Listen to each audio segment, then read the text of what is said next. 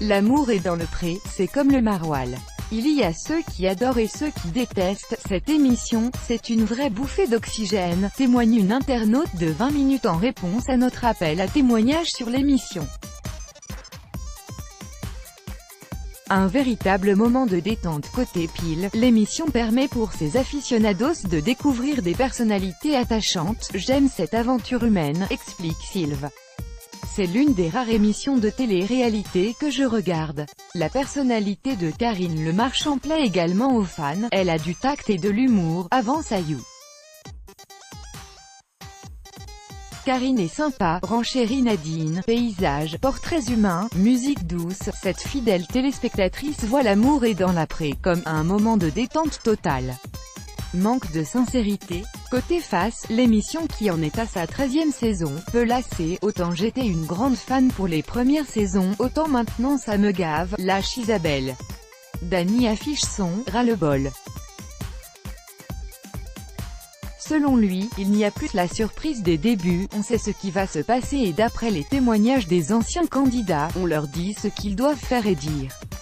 À l'image du « coup de foudre » entre Vincent et Pascal, qui aurait eu lieu bien avant l'émission selon le témoignage de l'agriculteur. Val trouve aussi que l'émission perd un peu de son âme.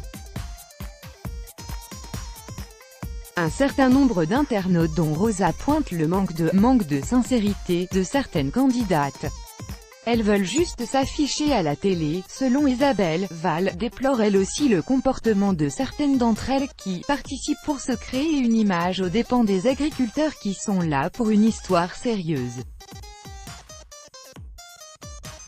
Sandrine trouve carrément que l'émission prend les agriculteurs pour des niais. Ça sonne tellement faux, lance Marx. Pour Françoise, c'est le système de sélection des prétendantes et des prétendants qui pose problème. Il amplifie la détresse des êtres humains qui sont refoulés devant tous les téléspectateurs. C'est pour cette raison que je déteste cette émission. Droit au bonheur. En dépit de toutes ces critiques, ce programme est selon vous l'un des rares à mettre en avant les agricultrices et les agriculteurs.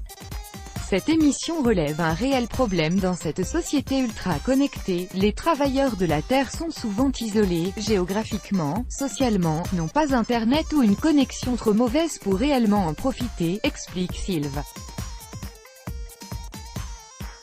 On ne sait jamais, au sortir de l'émission, si leurs histoires vont durer, mais, régulièrement, il en ressort de belles relations. Ils n'ont pas un métier facile, rappelle Annie, pourtant, ils ont droit au bonheur, comme tout le monde. L'émission est-elle à même de faire le leur? Pour le moment, les téléspectateurs continuent de plébisciter L'amour est dans le pré. Le premier épisode a réuni 3,9 millions de téléspectateurs sur M6 lundi soir.